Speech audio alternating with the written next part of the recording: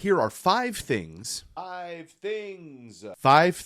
wish I'd been told about asexuality.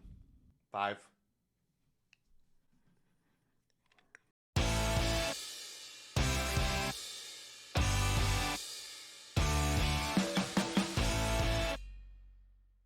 So I've been out as asexual for the last 6 years, and I have been doing astat advice here on the internet for the last 3.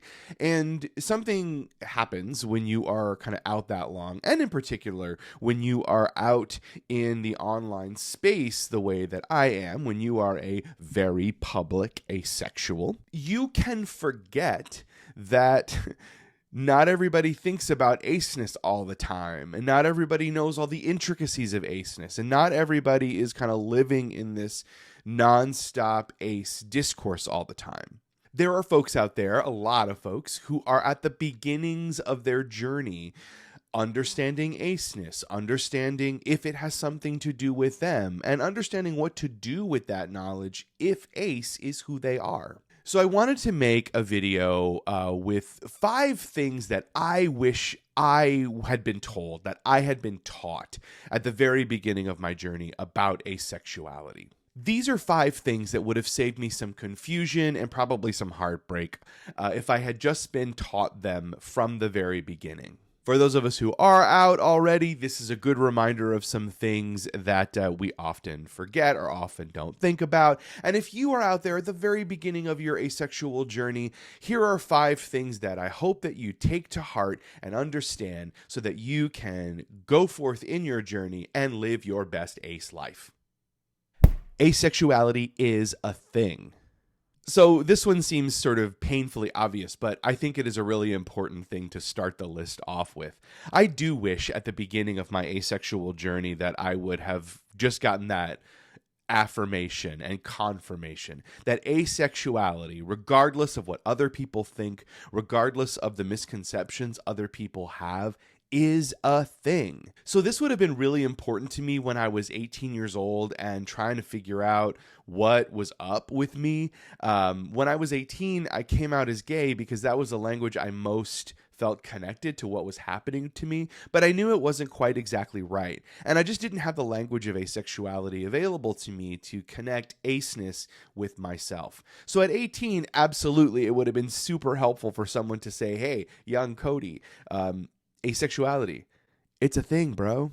But it also would have been very helpful for me when I did come out at 41. During the beginning of my coming out process, I knew that aceness was something that related to my experience, and I was having that feeling of, oh yeah, that describes what's happening to me. But I still had a hard time wrapping my head around that being like a choice I could make, and that being a thing that I could attach to myself. Asexuality was seen in such a negative way by the world around me and in the communities that I inhabited. I was in the gay male community, and so being ace, not really celebrated in that space. So even at 41 and hearing about asexuality, I still had a hard time feeling as though it was enough of a thing to allow to attach to myself and to be and to inhabit. Asexuality is as valid an identity, as valid and an experience as any other. And you should feel empowered to take asexuality and inhabit it if that is what you feel you are doing. It's a thing. You're not making it up. It's not something to just feel special. It's a thing. It's one of the many ways in which human beings can relate to sex and sexual attraction. So if asexuality resonates with you, hey, friend, it's a thing. You can be ace too. Asexuality is not a monolithic experience. I arrived at asexuality kind of thinking it was one thing. It was not having sex or not wanting sex. That was what my brain had kind of wrapped around. And as we know from, if you spend any time on this channel, that's not the truth about asexuality. But that's what I had been taught, and that's what I had internalized from the messages I got in the world. And so it was very hard for me because that wasn't what my life was like, and that wasn't what my feelings were like. It was hard for me to accept and embrace the idea that asexuality was me. It would have been really helpful for me to hear that, aceness is a lot of different kinds of experiences. It's not monolithic. It's not one thing. There are many ways that one can be ace. One can inhabit aceness in that way that most people think of it, where you don't experience sexual attraction and you don't want to have sex ever. That's one way to be ace. Another way to be ace is to not experience or rarely experience sexual attraction and still have sex. That's another way to be ace. You can experience sexual attraction in a non-normative way where you experience it sometimes or only under certain circumstances. That's another way to be ace. There are many ways that we can inhabit the experience of asexuality. And at the beginning of my journey, to hear that would have been incredibly helpful to me. So if you're exploring asexuality right now and you're thinking, well, I don't know, the things that I'm kind of feeling don't quite match up with what I think aceness is, remember, there are a lot of different ways to be ace. Even if your experience of aceness is not common, it's very useful to have because your experience expands what is possible and expands the story of aceness for other people to listen to, absorb, and to share. There are a lot of different kinds of attraction. This one would have really helped me zero in on my asexual identity a lot faster. When I first sort of encountered aceness, I was also still living under the idea that attraction is kind of one thing, that all the different ways that we are attracted to people is kind of built into one general experience, and that asexuality meant sort of none or all. And that just simply isn't true. There are many different kinds of attraction. There are many different ways that we can be attracted to other people, and all of those attractions can work independently of each other.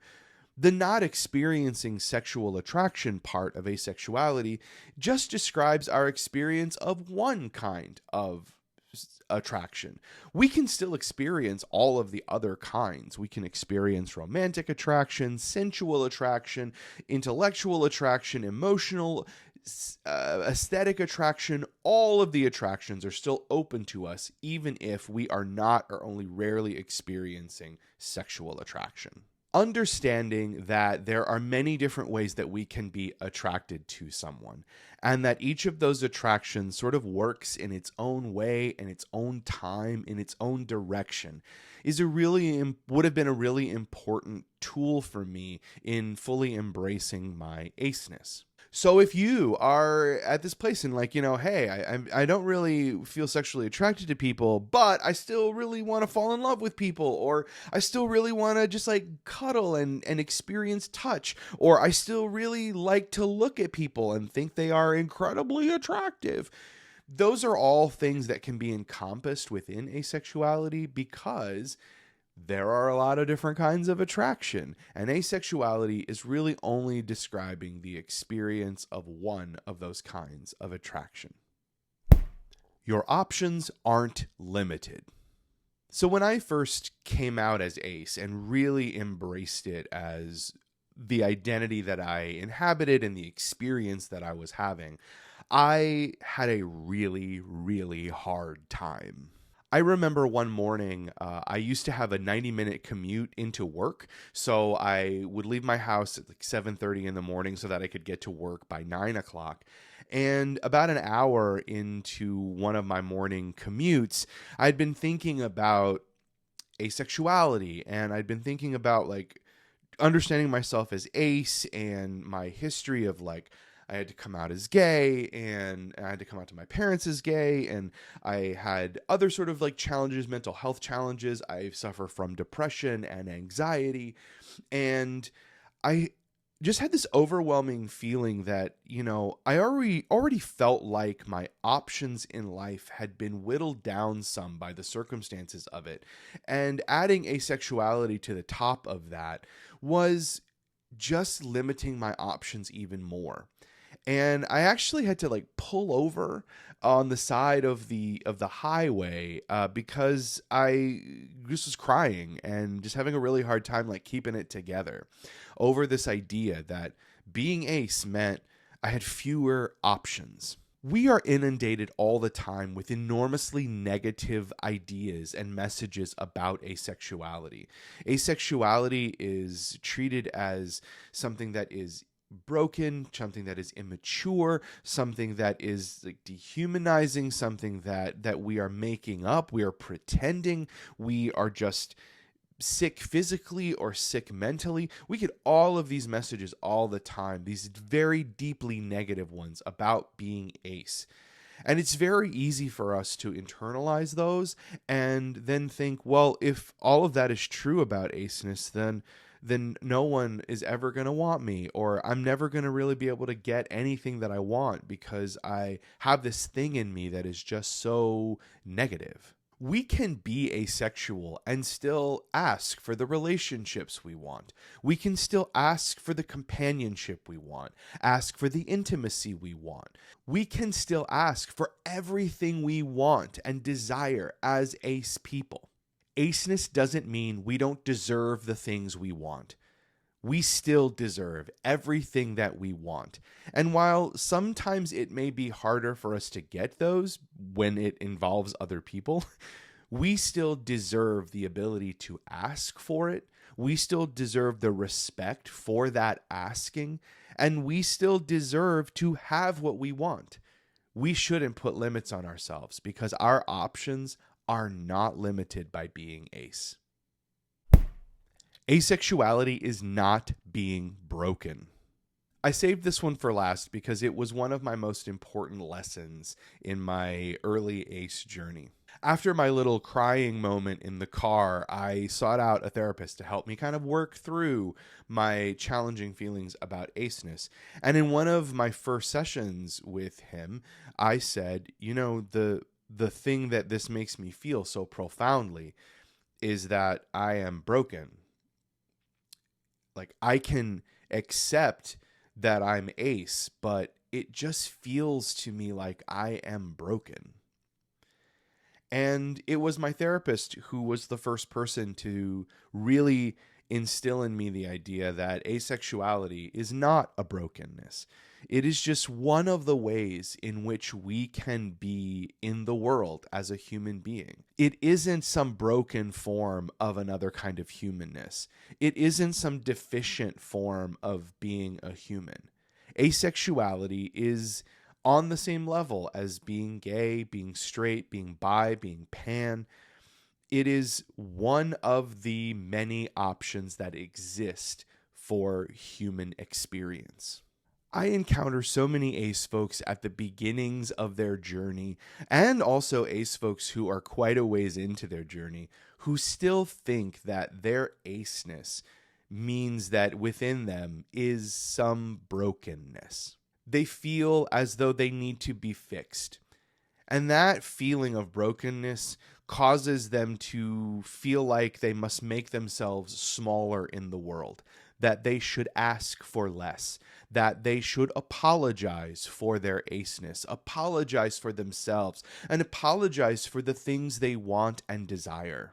But there is nothing broken about being asexual. All of us who are ace, no matter how we inhabit that aceness, no matter how out we are, no matter how private we are, no matter where in the world we are, no matter how aceness shows up in our lives, we are perfectly ace and perfectly ourselves. Nothing about us is broken. And if there's anything you take from this video or any of my work, I hope it's that idea. Nothing about you is broken. And you are full, whole, complete, and authentically you. And you should feel empowered to go out into the world and live the truth of you as unapologetically as possible. So those are my 5 things I wish I'd been taught about asexuality. These are good reminders for me. I'm going to go out into my day now and feel quite empowered. And I hope those are helpful for you too. See you in the next video.